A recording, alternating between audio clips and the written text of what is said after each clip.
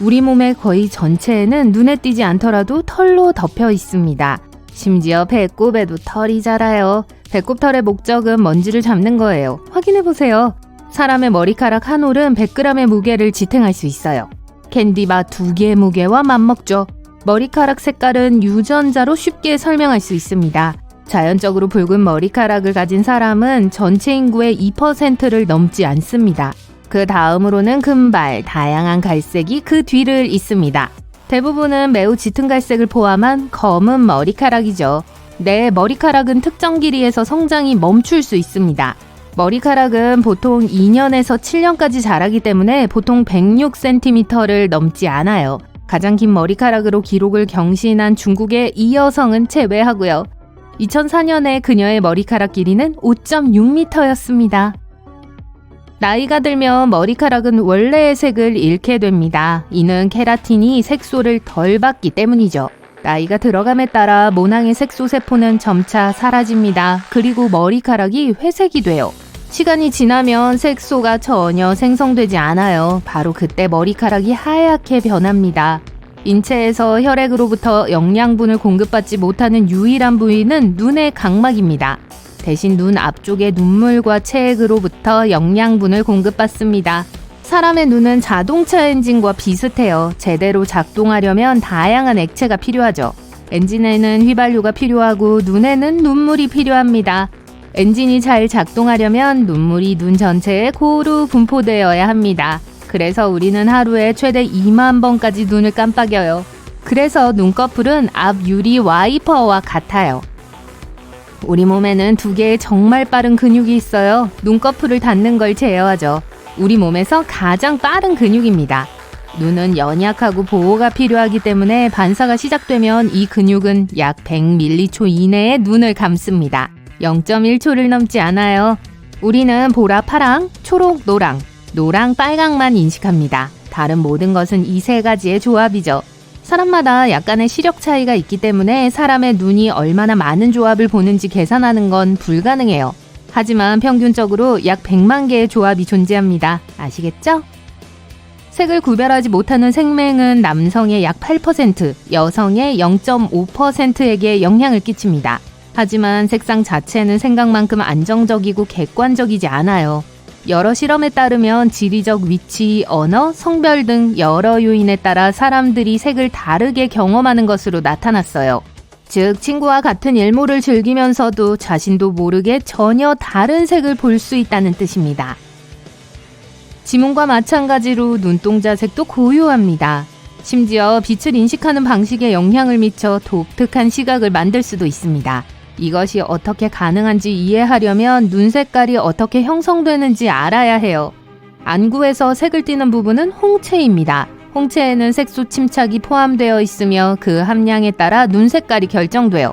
사람마다 색소 침착의 양은 조금씩 다릅니다. 그렇기 때문에 눈동자 색이 완전히 같은 두 사람은 없어요. 신체의 3가지 특정 유전자가 멜라닌 수치를 담당하고 색소 침착을 결정합니다. 파란색과 녹색 눈을 가진 사람은 홍채에 멜라닌이 적어요. 그리고 멜라닌이 많은 사람은 갈색이나 헤이즐넛색과 같이 눈동자 색이 더 어둡습니다. 일부 드문 사람들은 아름답고 짙은 검은 눈을 가지고 있지만 이것은 멜라닌이 풍부하기 때문에 발생하는 착시 현상일 뿐이에요. 순수한 검은 홍채는 자연에 존재하지 않아요. 이 눈은 매우 어둡게 보이지만 실제로는 짙은 갈색이에요. 연구에 따르면 눈 색소 침착은 눈 색깔이 어둡거나 밝음에 관계없이 시력에 영향을 미치는 것으로 나타났습니다. 눈 색깔이 밝은 사람은 빛에 더 민감하기 때문에 맑은 날에 불편함을 느낄 수 있습니다. 눈동자 색이 연해서 외출할 때 눈을 찡그리고 다녀야 한다면 선글라스를 착용하세요. 홍채에는 태양광선으로부터 보호하는 역할을 하는 색소가 적어요. 하지만 멜라닌이 천연 선글라스처럼 작용하기 때문에 눈이 어두운 사람에 비해 야간 시력이 더 좋아집니다. 반대로 눈동자 색이 어두우면 낮에 밝은 빛에 더 잘 대처할 수 있습니다. 짙은 눈을 가진 사람은 자동차 헤드라이트에 방해를 받지 않기 때문에 밤에 운전할 때 더 편리해요. 주변 시야는 거의 완전히 흑백입니다. 망막의 중앙에 색을 감지하는 원추체가 측면보다 더 많기 때문이죠. 여성은 2개의 X 염색체를 가지고 있고 남성은 1개만 가지고 있기 때문에 남성보다 더 많은 색을 구별할 수 있습니다. 염색체 중 하나에 문제가 있어도 여성은 여전히 색을 정확하게 볼 수 있습니다. 그렇기 때문에 여성은 색맹이 거의 없습니다. 눈이 빨갛게 나온 사진이 적어도 몇 장 있을 거예요. 카메라 플래시가 터지면 우리 눈은 이러한 빛의 유입에 대비하지 못해요. 동공은 계속 확장되어 있기 때문에 빛이 맥락막의 붉은 혈관에서 반사돼요. 맥락막은 망막에 영양을 공급하는 눈 뒤쪽의 조직층입니다. 가끔 눈앞에 보이는 이상하게 생긴 파리는 바로 안구 부유물이에요. 눈의 특정 부위에 있는 작은 구조적 결함으로 인해 빛이 통과하지 못하기 때문에 이런 현상이 나타나죠. 나이가 들면서 더 심해집니다. 깨어있는 시간 중 10%는 눈을 감고 있는 시간입니다. 눈을 깜빡이는 시간이죠. 인간은 박쥐나 돌고래처럼 반향 위치를 사용할 수 있습니다. 약간의 훈련만 받으면 어둠 속에서도 사물에 반사되는 소리를 분석해 주변 환경을 파악하고 길을 찾을 수 있습니다. 우와, 연습해야겠네요. 약 6%의 사람들이 안구를 앞뒤로 빠르게 진동시키고 흔들 수 있습니다. 눈에 이상이 있다는 뜻이 아니며 단지 독특한 트릭일 뿐이에요. 속눈썹의 주된 목적은 눈을 보호하고 공기 중의 모래, 습기, 먼지, 이물질로부터 눈을 보호하는 것입니다. 속눈썹은 벌레가 날아오는 등 눈에 너무 가까이 다가오는 것을 감지하여 눈 깜빡임 반사를 작동시킵니다. 눈 깜빡임은 눈물점에 끼인 작은 입자나 이물질을 씻어내야 할 때에도 도움이 돼요. 눈꺼풀에 있는 작은 구멍이죠. 눈물이 배출되는 곳이에요. 눈썹은 땀이 눈으로 직접 흘러들어가는 것을 막아줍니다. 눈썹의 피부와 뼈의 모양도 함께 작용하여 땀이 얼굴 옆으로 배출되도록 합니다. 양파는 특수 화학 자극제인 프로페닐스루펜산을 생성합니다. 이 물질은 눈의 특수 분비샘을 자극하여 눈물을 분비하게 해요. 코는 아마도 신체에서 가장 과소평가된 부위 중 하나일 거예요. 코가 없다면 우리는 음식을 즐길 수조차 없을 거예요. 음식 맛의 약 80%는 코와 냄새를 인식하는 능력 덕분이에요. 음식을 먹을 때 코를 막고 있으면 거의 아무것도 맛볼 수 없어요.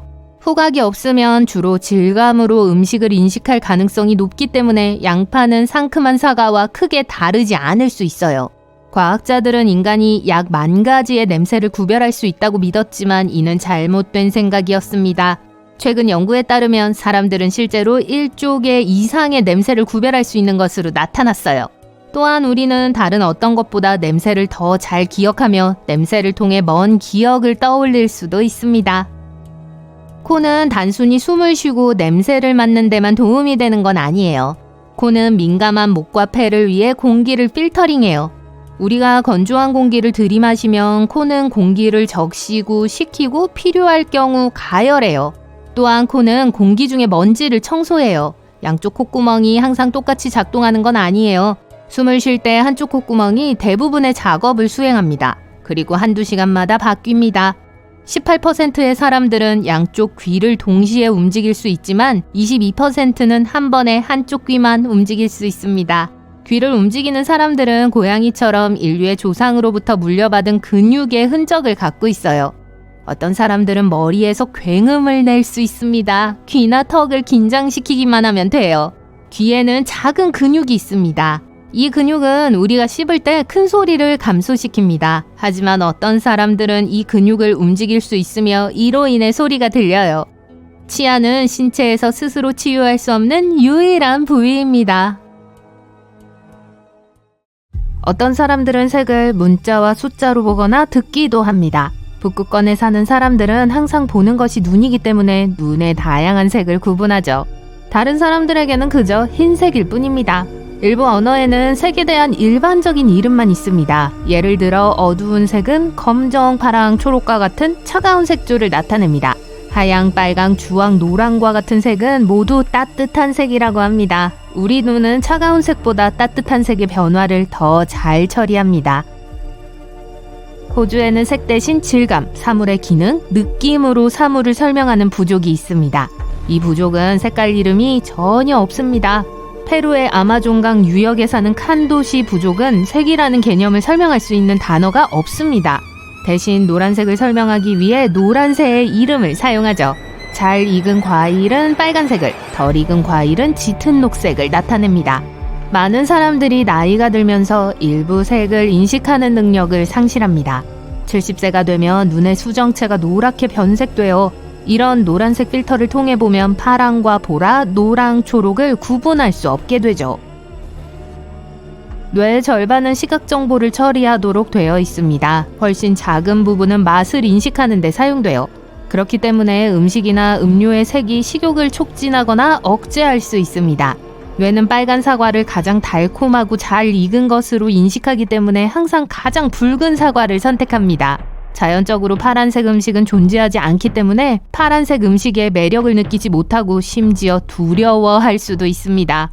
그렇기 때문에 냉장고에 파란색 조명을 설치하거나 파란색 접시에 음식을 담아 먹는 것이 덜 먹게 되는 좋은 방법입니다.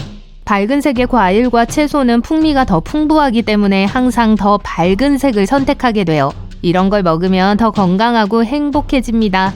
노란색은 에너지와 흥분을 연상시켜 식욕을 촉진할 수 있습니다. 흰색은 더 많이 먹고 먹는 음식에 덜 신경 쓰도록 속일 수 있습니다. 흰색 음식은 칼로리 측면에서 더 무해해 보이기 때문이죠. 흰색 접시에 음식을 담아 먹으면 음식이 더 밝아 보이기 때문에 과식할 가능성이 더 높습니다. 뇌는 음식 포장지의 색깔도 기억합니다. 치즈와 양파맛 감자칩 포장에 소금과 식초맛 칩을 넣으면 먹으면서 맛의 차이를 느끼지 못할 수도 있습니다. 식품 회사들은 다양한 색상과 맛으로 나오는 제품을 더 많이 먹게 된다는 걸 알고 있습니다. 빨강은 육체적 노동에 대한 용기와 힘을 줍니다. 노랑은 행복감과 생산성, 자신감을 높여주죠. 초록은 사무실 환경의 균형과 조화를 가져다줘요. 눈도 이 색을 좋아해서 적응하는 데 시간이 필요하지 않습니다. 주황은 편안하고 따뜻한 느낌을 주므로 사무실 라운지에 적합해요. 새, 물고기 및 많은 포유류는 인간과 마찬가지로 전체 색상 스펙트럼을 모두 볼 수 있습니다. 일부 동물의 경우 색각이 좋지 않으면 잘 익은 붉은 과일과 덜 익은 녹색 과일을 구분하지 못하기 때문에 색각이 매우 중요해요. 하품을 할 때마다 입과 혀의 근육을 사용하는데 이 근육이 침을 분비하는 샘의 일부를 압박할 수 있습니다. 그 결과 자신도 모르게 작은 침을 분출할 수 있죠. 대학 시절에 마음대로 침을 분출할 수 있는 친구가 있었어요. 인상적이었죠. 침은 기본적으로 여과된 혈액이라는 것이 밝혀졌습니다. 혈액은 특별한 땀샘 덕분에 처리되고 특수세포가 그 특성을 흡수해요. 그 후 혈액은 타액이 되죠. 붉은색 머리카락을 가진 사람들은 전체 인구의 1%입니다. 2%는 천연 금발입니다. 네, 대부분의 금발은 염색을 한 거예요. 검은색은 세계에서 가장 흔한 머리 색깔이에요. 기억력은 신체 위치에 따라 영향을 받습니다. 예를 들어 누군가에게 손을 흔들었던 상황은 일어서서 다시 손을 흔들면 훨씬 더 잘 기억할 수 있습니다. 대부분의 과학자들은 감정에서 나오는 눈물이 인간의 고유한 특징이라는 데 동의해요. 다른 동물은 슬픔이나 기쁨 때문에 울 수 없어요. 동공은 들어오는 빛을 조절하기 위해 좁아졌다가 넓어져요. 빛이 많으면 동공은 시력에 해를 끼치지 않도록 빛이 통과하는 통로를 좁힙니다. 어두운 곳에서는 동공이 확장되어 가능한 한 많은 빛을 포착합니다. 혀에는 많은 근육이 있습니다. 그중 일부는 새로운 언어를 배울 때만 조일 수 있습니다. 사람에게 물리면 입안에 서식하는 모든 박테리아 때문에 거의 항상 감염됩니다. 이런 의미에서 우리는 하이에나에 아주 가깝습니다. 우리 뼈는 매일 많이 사용하도록 설계되어 있으며 일부는 체중의 2~3배를 흡수할 수 있습니다. 그것도 인상적이지만 치아는 더 강해요. 하루에 2번 양치질을 하고 구강청결제를 잊지 않는다고 해도 입은 여전히 인체에서 가장 더러운 부분 중 하나입니다. 입안에는 수백만 마리의 박테리아가 살고 있습니다. 좋은 소식은 이러한 박테리아의 대부분은 몸에 좋은 박테리아이며 나쁜 박테리아와 바이러스로부터 몸을 보호한다는 거죠. 아침에는 저녁보다 키가 더 큽니다. 잠자는 동안에는 더 이상 중력의 영향을 받지 않고 척추가 늘어납니다. 낮이 되면 키가 작아지는 건 유감이에요. 롤러코스터는 실제로 장기를 이리저리 흔들어댑니다. 따라서 위가 아래로 떨어지는 것처럼 느껴질 때 실제로 몸 안에서 뒤집히는 겁니다. 우리 몸에서 지문만이 유일무이한 것이라고 생각하세요? 혀의 무늬와 채취도 유일무이한 특징이에요. 누군가 당신의 냄새를 맡으면 의심할 이유가 충분해요. 모든 혈관을 한 줄로 늘어놓는다면 정말 아플 거예요. 하지만 지구를 2바퀴 이상 돌 수 있을 거예요. 혈관 없이는 살 수 없기 때문에 실제로는 볼 수 없는 인상적인 위협이죠. 치통과 두통은 3차 신경 덕분에 서로 연결되어 있습니다. 3차 신경은 턱을 지나 머리로 향하기 때문에 치아 통증이 느껴지면 보통 머리의 통증과 함께 나타나요. 무엇을 하든 칼로리가 손실됩니다. 예를 들어 8시간의 건강한 수면은 최대 800칼로리를 소모합니다. 그리고 식사 중에도 에너지를 소비합니다. 사람은 20일 이상 음식을 먹지 않고도 살 수 있습니다. 그러나 10일 동안 잠을 자지 않으면 신체 기능이 멈출 거예요. 수면에 대해 이야기하면 평균적인 사람은 꿈의 90%를 잊어버립니다. 다행일 수도 있어요. 그렇지 않았다면 미친 세상이 됐을 거예요. 꿈의 색깔은 어렸을 때 본 TV의 영향을 자주 받습니다. 흑백 TV를 시청한 기성세대라면 흑백 꿈이 더 자주 나타나고 컬러 TV에 익숙하다면 꿈도 컬러풀할 겁니다. 지구상의 10,000명 중 1명은 자신의 장기가 일반적인 위치의 반대쪽에 있거나 뒤집혀 있습니다. 즉 간은 왼쪽이 더 크고 오른쪽 신장은 왼쪽 신장보다 더 큽니다. 파란색이나 녹색의 밝은색 눈을 가진 사람들은 어두운 눈을 가진 사람들보다 통증을 더 잘 견뎌냅니다. 과학자들은 눈 색깔에 영향을 미치는 멜라닌과 관련이 있을 수 있다고 생각합니다. 발의 길이는 팔뚝의 길이와 비슷합니다. 못 믿으시겠다면 가서 확인해보세요. 기다릴게요. 우리 인간은 입, 귀, 코, 눈, 그리고 그곳까지 총 7개의 주요 구멍이 있습니다. 기하학적으로 우리는 원환체입니다. 반지, 도넛, 구명, 부표, 심지어 베이글까지. 베이글. 피부의 모공과 모든 걸 세어보면 수백만 개의 구멍이 있을 거예요. 수조개일 가능성이 높습니다. 맙소사 정말 빈틈이 많네요. 우리 몸은 열 복사를 아주 작은 빛으로 방출합니다. 이 빛은 일반 빛보다 1000배나 눈에 잘 띄지 않으므로 빛나진 않아요. 코로 숨을 깊게 들이마셔보세요. 공기는 한 번에 한 콧구멍만 올라가고 콧구멍은 번갈아 일을 합니다. 사이좋게요. 우리 뇌는 몸이 아플 때 신호를 보내지만 스스로 통증을 느끼지는 못해요. 뇌에는 통증 수용체가 없기 때문이죠. 배가 부글부글 끓는 느낌은 실제로 일어나는 일입니다. 잠깐만요. 일란성 쌍둥이를 제외하고 모든 사람은 고유한 냄새를 가지고 있습니다. 쌍둥이는 같은 DNA와 같은 냄새를 공유해요. 우리 지문은 단지 잘못을 저질렀을 때 경찰에게 신원을 밝히기 위한 것이 아닙니다. 윤기 부분은 피부가 늘어나게 해서 손상을 방지하고 촉각을 개선하는 역할을 하죠. 겁이 나신다면 전보다 훨씬 더 강해질 수 있어요. 자동차를 들어올릴 수는 없지만 통증이나 피로를 빨리 느끼지는 않을 거예요. 놀라게 하려는 건 아니지만 매 초마다 우리 몸은 2,500만 개의 새로운 세포를 만들어냅니다. 제가 계산을 해드릴게요. 즉, 약 15초 안에 미국 인구보다 더 많은 세포를 만들어낼 수 있다는 뜻이에요. 본인이 별로 생산적이지 못했다는 느낌이 들거든 이 사실을 기억하세요. 그건 우리 몸 질량의 거의 2%만을 차지하지만 우리의 뇌는 혈액 공급과 산소의 20%를 차지합니다. 우리의 뇌는 또한 전구를 켤 수 있을 만큼의 충분한 에너지를 생산할 수 있어요. 우리가 깨어났을 때요. 인간의 가장 큰 장기가 무엇인지 생각해 본 적 있으세요? 피부인데 손바닥과 발바닥이 제일 두껍습니다. 알아요. 저도 먼지 닦기 싫어해요. 하지만 TV 화면에 쌓인 먼지층에는 여러분도 부분적인 책임이 있어요. 모든 인간은 매시간 약 60만 개의 피부 입자를 흘리고 집안 먼지의 대부분을 구성합니다. 네, 우리 모두 여기저기 흘리고 다니고 있어요. 요즘 미적 표시로 여겨지지만 사람들이 입술산을 가지고 태어나는 이유는 매우 흥미롭습니다. 우리가 태어나기 전에 이목구비가 발달하기 시작하면서 입술산은 사실 우리 얼굴이 합쳐지는 곳이에요. 얼굴의 오른쪽과 왼쪽이 말이죠. 인간에게는 그렇게 명백하지 않을 수도 있지만 개의 코를 보면 콧구멍 바로 아래에 곧은 수직선이 있는 걸 볼 수 있어요. 맞아요. 개도 같은 방식으로 얼굴이 합쳐졌어요. 여러분은 사실 현재보다 더 많은 뼈를 가지고 태어났다는 걸 알고 있었나요? 태어날 때 우리는 약 300여 개의 뼈를 가지고 있지만 나이가 들면서 일부가 서로 융합합니다. 그래서 성인이 되면 200여 개의 뼈를 갖게 돼요. 비록 치아는 엄밀히 말해 골격 시스템의 일부이지만 실제로 뼈가 아닙니다. 뼈와 비슷해 보이고 신체에서 가장 단단한 요소라는 점에서 몇 가지 특징을 공유해요. 그런데 왜 그런 오해가 생겼을까요? 그건 치아와 뼈 모두 칼슘을 함유하고 있기 때문이에요. 좀 더 구체적으로 말하자면 인체 칼슘의 약 99%가 뼈와 치아에 있습니다. 나머지 칼슘은 혈류 속에 있어요. 그렇다면 무엇이 차이를 만들까요? 그건 뼈와 치아가 치유되는 방식과 관리하는 방식에 있습니다. 뼈는 스스로 회복되고 치유될 수 있지만 치아는 그렇지 않아요. 그래서 치과 의사가 있는 거죠. 지문만 독특한 것이 아니라 혀의 무늬도 독특해요. 연구에 따르면 혀에 있는 약 10,000개의 미뢰는 우리 각자 개인에 따라 독특한 패턴으로 배열되어 있어요.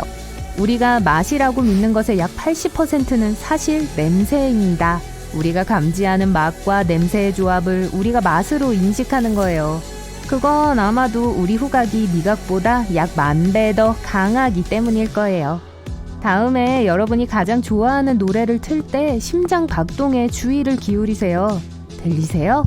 네, 맞아요. 음악을 들을 때 심장 박동이 노래의 리듬에 맞춰집니다. 그리고 심장 얘기가 나와서 말인데 심장은 1분에 평균 75번 정도 뛰어요. 이건 한 해에 인간의 심장이 올림픽 크기의 수영장을 채울 수 있는 충분한 양의 피를 펌프질할 수 있다는 걸 의미합니다.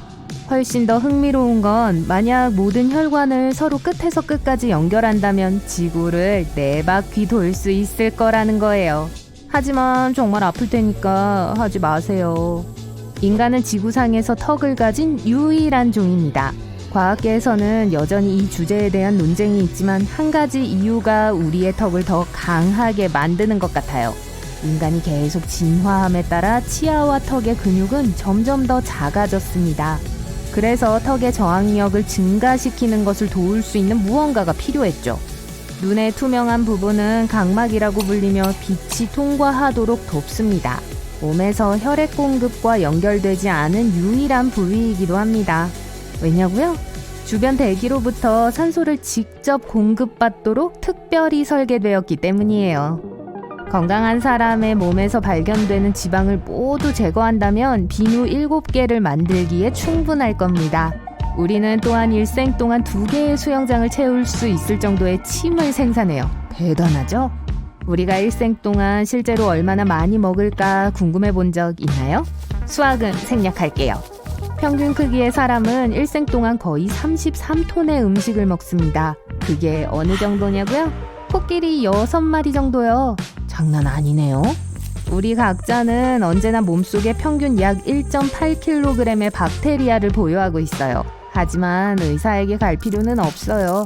대부분의 박테리아는 유익하고 소화와 면역 체계와 같은 특정한 기능을 가지고 있습니다. 키를 정확하게 재고 싶다면 아침에 키를 측정하세요. 그건 아침에 일어났을 때 키가 1cm 정도 크기 때문이에요. 절 믿으세요. 마법이 아니에요. 하루 종일 척추 뼈들 사이에 부드러운 연골이 눌리고 압축돼서 잠자리에 들 때쯤이면 키가 작아진 것처럼 보이기 때문입니다. 우리는 몸 주위를 움직이는 어떤 종류의 에너지가 있다는 걸 알고 있어요. 우리는 아주 적은 양의 빛을 방출합니다. 우리 눈으로 보기에는 너무 약하지만 생각해보면 지금 이 순간에도 빛을 발하고 있어요.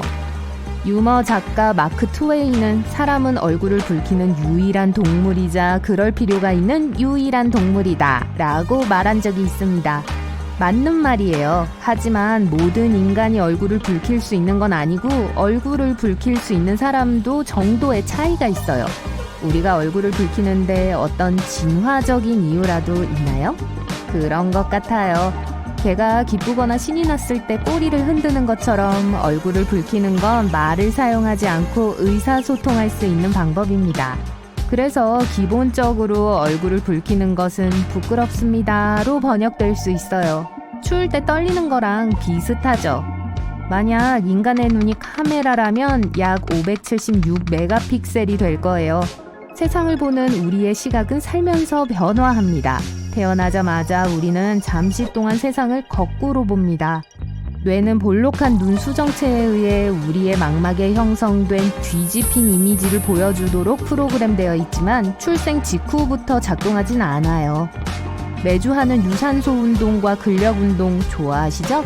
하지만 인체에서 가장 강한 근육은 분명히 여러분이 단련해온 근육이 아니에요. 실제로 턱에 있어요. 우리 턱은 호두깎이 인형과 비슷하게 디자인되었어요. 왜냐고요? 가능한 한 적은 에너지로 강력하게 무는 힘을 가질 수 있거든요. 가장 빠른 근육은 눈에 있어요. 그래서 아마도 어떤 일이 정말 빨리 일어날 때를 눈 깜짝할 사이라고 표현하는 걸 거예요. 여러분은 코에 내장된 재설정 기능이 있다는 거 알고 있었나요? 그건 재채기를 할 때 일어납니다. 재채기는 기본적으로 코가 흡입한 모든 나쁜 입자들을 어느 정도까지는 제거하는 방법이에요. 흥미롭죠? 여러분은 새끼손가락이 약하고 거의 쓸모없는 것이라고 생각했나요? 실제로 새끼손가락은 손힘의 약 50%를 차지합니다. 우리는 아직도 왜 사람들이 하품을 하는지 정확히 알지 못해요. 하품을 하는 건 인간뿐만이 아니에요. 개코 원숭이, 기니피그, 그리고 샴투어는 다른 동물들에게 가까이 오지 말라고 경고할 때 하품을 합니다. 펭귄은 구애의식 동안 하품을 하는 것처럼 보이고 뱀은 가끔 배부른 식사 후에 하품을 합니다. 행복한 뱀이죠. 어떤 이론은 하품이 더 많은 산소를 들여오도록 돕는다고 하는 반면 다른 이론은 하품이 체온을 조절하는 데 도움을 준다고 해요. 어떤 쪽이든 아직 확실히 몰라요. 귀와 코는 일생 동안 계속 자라는 유일한 기관입니다. 눈은 자라면서 거의 같은 크기를 유지해요. 생후 3개월이 되면 우리의 각막은 최대 크기에 도달하게 됩니다.